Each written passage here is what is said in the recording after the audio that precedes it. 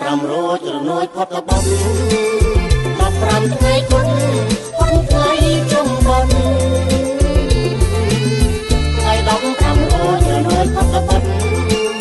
15ថ្ងៃគុណផុតថ្ងៃចំបន់ដូនតាលោកលីយ៉ាងមួយគ្រាសិនរៀបចំអីវ៉ាន់ជួយលោកទៅស្រុក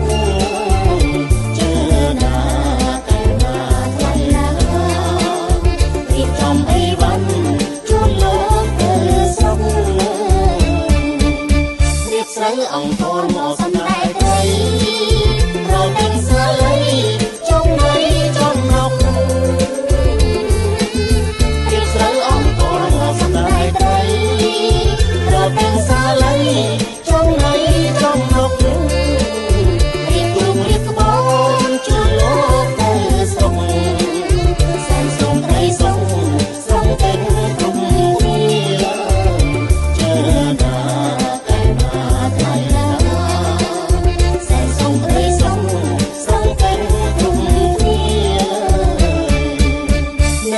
ជូនបាយឆ្ងាយជូនអង្គ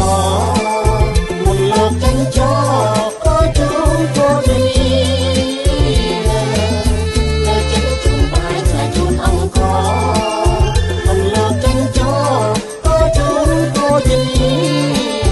មានឆ្ងាយជាស្នាអង្គញោមគ្នា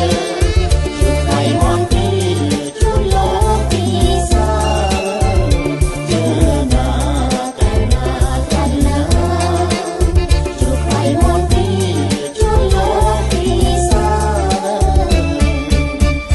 សោស្កំស្គាល់ហាក់ហល់ហើយណូកូនចៅសូមគោជីដូនជីតាសោស្កំស្គាល់ហាក់ហល់ហើយណូកូនចៅសូមគោជីដូនជីតាសូមបានសុខធំទុំក្រុមគ្រួសារបានគុំអល់ឡាផ្លាតាបរិបោជើណា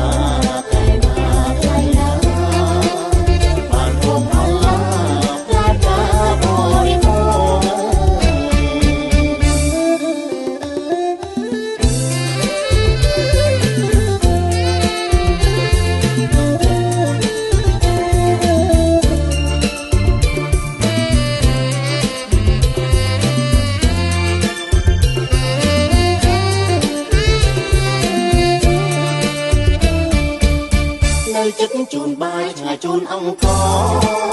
មិនលោកចិនចោក៏ជូនក៏ជានៅចិត្តជូនបាយឆ្ងាយជូនអង្គមិនលោកចិនចោក៏ជូនក៏ជាមានឆាជាស្នាអង្គញោមគ្នាជួយឲ្យមកទីជួយលោកពីសាជើណា